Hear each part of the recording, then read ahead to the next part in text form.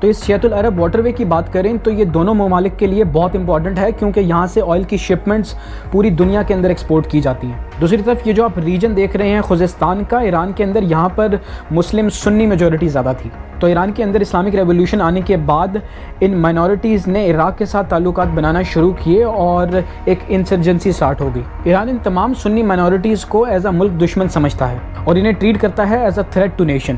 تو ایران عراق وار 8 سال جاری رہتی ہے جس میں ان گنت معصوم لوگوں کی جانیں جاتی ہیں۔ آخرکار UN بیچ میں آتا ہے اور ایران اور عراق کے بیچ میں سیز فائر کرواتا ہے۔ تو ایران میں اسلامک ریولوشن آنے کے بعد ایران کے اندر ایک اور بھی مائنورٹی تھی جس کا نام تھا کردز۔ کرد ایتھنیسٹی کے لوگ بھی ایران کے خلاف بغاوت شروع کر دیتے ہیں۔ یہ کرد ایتھنیسٹی کے لوگ زیادہ تر عراق، ایران، ترکی اور سعودی عرب کے اندر ہیں۔ عراق ہو یا پھر ایران، دونوں نے ہی ان کردز کے خلاف بہت سی ناانصافیاں کی۔ تمام کوششوں کے بعد آخرکار عراق کے اندر ان کو ایک ریجن کردستان کے اندر خود مختاری ملی، لیکن ایران کے اندر آج بھی یہ لڑ رہے ہیں۔ تو عراق کے اندر جہاں پر ان کردز کو خود مختاری حاصل ہے اسی کا کیپٹل ہے اربل۔ اسی اربل کے کیپٹل کے اندر ایران نے اٹیکس کیے کردز کو جواز بنا کر۔ تو یہ جو ریسنٹ اٹیک ہوا ہے وہ اسی اربل کے علاقے کے اندر ہوا ہے کردز کو نشانہ بنانے کے لیے۔ ایران نے اپنے ریسنٹ اٹیک میں یہی موقف اپنایا کہ کردستان کے اس ریجن کے اندر اسرائیلی انٹیلیجنس فورسز موساد کے کچھ اڈے ہیں اور اسرائیل کردستان کو یوز کر رہا ہے ایران کے اندر انسٹیبلٹی لانے کے لیے۔ تو ایران کا یہ ماننا ہے کہ اسرائیل یوز کر رہا ہے کردستان کو ایران کے اندر کردز کو بھڑکانے کے لیے۔ ایران کا عراق پر اٹیک کرنے کا مقصد یہی تھا کہ میسج پہنچایا جائے امریکہ اور اسرائیل کو کہ عراق کی سرزمین کو نہ یوز کریں ایران کے خلاف۔ اب بات کرتے ہیں کہ آخر ایران نے سیریا پر اٹیک کیوں کیا۔ تو ایران اور سیریا ہمیشہ سے ہی کلوز ایلائز رہے ہیں ایک دوسرے کے۔ سیریا تو پہلے ان کچھ ممالک میں تھا جنہوں نے 1979 کے اسلامک ریولوشن کے بعد آیت اللہ خمینی کی تھیوکراسی کو ایکسیپٹ کیا۔ پھر آگے چل کر ایران اور عراق وار میں بھی سیریا نے ایران کا ساتھ دیا، جس کی وجہ سے باقی مسلم ممالک نے سیریا کو سائڈ لائن کر دیا۔ 1982 کے اندر جب اسرائیل نے لیبنان پر حملہ کیا تو سیریا ہی تھا جو ایران کے ساتھ مل کر حزب اللہ کو ٹرین کیا کرتا تھا۔ ایران اور سیرین حکومت یہ سمجھتی ہے کہ اسرائیل کو کاؤنٹر کرنے کے لیے حزب اللہ گروپ کو ایز اے مہرہ یوز کیا جا سکتا ہے۔ اس کا آؤٹ کم آپ اسرائیل پیلسٹائن کی جنگ کے اندر بھی دیکھ رہے ہیں جس میں حزب اللہ اور حماس ساتھ لڑ رہے ہیں اسرائیل کے خلاف۔ تو سیریا اور ایران کے بیچ کہانی انٹرسٹنگ ہوتی ہے 2011 کی سول وار سے۔ سیرین حکومت کی بات کریں تو یہ سیکولرزم کو پروموٹ کرنا چاہتے ہیں اور ان میں سے زیادہ تر شیعہ مسلمز ہیں، وہیں پر زیادہ تر میجورٹی سیریا کے اندر سنی مسلمز کی ہے جو کہ اپنی حکومت کے خلاف ہیں۔ سیرین حکومت ایک ڈکٹیٹر کی طرح کام کرتی ہے اور اسی وجہ سے 2011 کی سول وار سٹارٹ ہوئی۔ لیکن سیرین حکومت کو فائدہ یہ ہے کہ ان کو ایران اور رشیا کی فل سپورٹ حاصل ہے، اسی وجہ سے یہ آج تک پاور میں ہے۔ ایران اور رشیا کے ساتھ مل کر سیرین حکومت اس کے خلاف اٹھنے والی تمام آوازوں کو زور زبردستی سے بند کرواتے ہیں۔ حالات اتنے خراب ہوتے ہیں کہ سیریا کی عوام ہتھیار اٹھا لیتی ہے اور اس جنگ کے اندر US بھی انوالو ہو جاتا ہے۔ تو امریکہ سول سپریمیسی کے نام پر ISS کے یعنی ISS خراسان کو یوز کرتا ہے جو کہ ایک اینٹی شیعہ ایکسٹریمسٹ گروپ ہے سیریا کے اندر۔ آج تک ISS خراسان ایران اور سیریا کے اندر اینٹی شیعہ فیکشن کو اپنا نشانہ بناتا ہے اور ایران اس سے بے حد پریشان ہے۔ ایران کے سیریا پر اٹیک کرنے کی بھی یہی وجہ ہے کہ ایران کا کہنا ہے کہ 3 جنوری کی کرمان بامبنگ کے اندر ISS خراسان بھی یوز ہوئی۔ ایران کا یہ بھی کہنا ہے کہ ISS خراسان ایران کے اندر بامبنگز کرواتا ہے اسرائیل اور امریکہ کی بیکنگ سے۔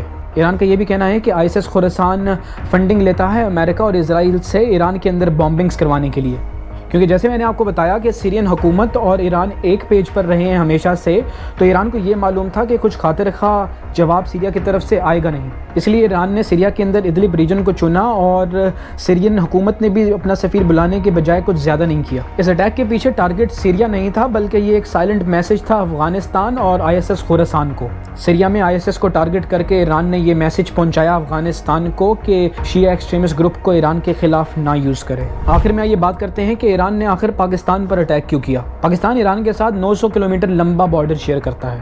ایران اور پاکستان کے تعلقات ہمیشہ سے ہی اچھے رہے ہیں اور ایران تو پہلا وہ ملک تھا جس نے آزادی کے بعد پاکستان کو ریکگنائز کیا۔ امریکہ کی تمام سینکشنز کے بعد ایران نے اپنا انلیگل آئل پاکستان کے ہی بارڈر سے ٹریڈ کیا ہے، لیکن پاکستان کی آزادی اور ایران میں اسلامک ریولوشن کے بعد دونوں کے لیے ایک ہی چیلنج رہا، وہ تھا بلوچ کا۔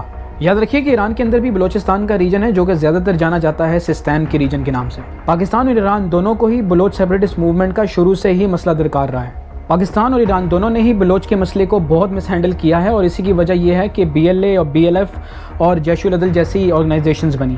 کچھ ہی سال پہلے پاکستان نے عبد المالک ریگی کو گرفتار کر کے ایران کے حوالے کر دیا۔ عبد المالک ریگی کا تعلق تھا ایک آرگنائزیشن سے جس کا نام تھا جند اللہ اور جس کا نام بعد میں چینج ہوا جیش العدل سے۔ تو جیش العدل پاکستان اور ایران دونوں میں ہی آپریٹ کرتی ہے بلوچ سیپریٹسٹ موومنٹ کے لیے۔ تو پاکستان اور ایران دونوں ہی ایک دوسرے پر الزام لگاتے ہیں ان بلوچ سیپریٹسٹ موومنٹ کو پناہ دینے کا۔ کئی دفعہ ایران نے پاکستان کے اندر خود آپریشن کی ہے ان بلوچ سیپریٹسٹ موومنٹ اور جیش العدل کو کاؤنٹر کرنے کے لیے، لیکن کچھ عرصہ بعد پاکستانی آرمی نے ان ایرانین سولجرز کو ہی گرفتار کرنا شروع کر دیا۔ تو ایران کے اس اٹیک کو سمرائز کریں تو کافی لوگوں کا یہ کہنا ہے کہ ایران نے غلطی کی یہ اٹیک کر کے، لیکن میرا یہ ماننا ہے کہ ایران نے بہت کیلکولیٹڈ ڈیسیجن لیا اور اپنے اس اٹیک سے اپنے تمام دشمنوں کو ایک سائلنٹ میسج پہنچایا۔ ایران نے جواب دیا 3 جنوری کو ہونے والے کرمان بامبنگ کا۔ ایران کا یہ کہنا تھا کہ اسرائیل اس اٹیک کے پیچھے ہے اور ایران اس کو جواب دے گا، لیکن اسرائیل پر ڈائریکٹ اٹیک کرنے کے بجائے سیریا، عراق اور پاکستان پر اٹیک کرنے کی وجہ یہ ہے کہ سائلنٹ میسج چلا جائے اور بات بھی نہ بگڑے۔ ایران نے یہ میسج دیا کہ وہ جواب دینے کے کیپیبل ہے اور یہاں تک کہ ایک نیوکلیئر اسٹیٹ کو بھی نشانہ بنا سکتا ہے۔ دیکھیں ایران اس پوزیشن میں نہیں کہ اسرائیل پر ڈائریکٹ حملہ کرے، کیونکہ اگر ایران ڈائریکٹ اسرائیل پر حملہ کرے گا تو امریکہ، اسرائیل اور سارے نیٹو الائز ایران کے خلاف ڈائریکٹ وار میں آ جائیں گے۔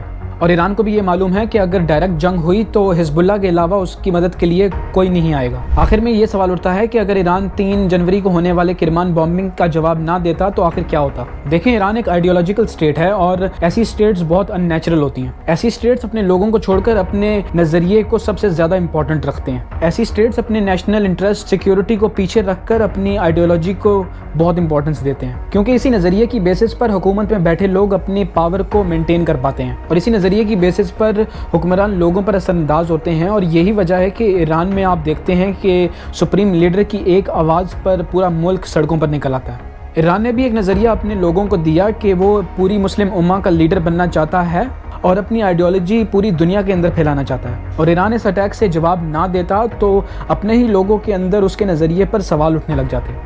یہ پہلا سٹیپ ہوتا ہے کسی بھی آئیڈیالوجیکل اسٹیٹ کے ویک ہونے کا، اور ایران یہ بالکل نہیں چاہتا تھا۔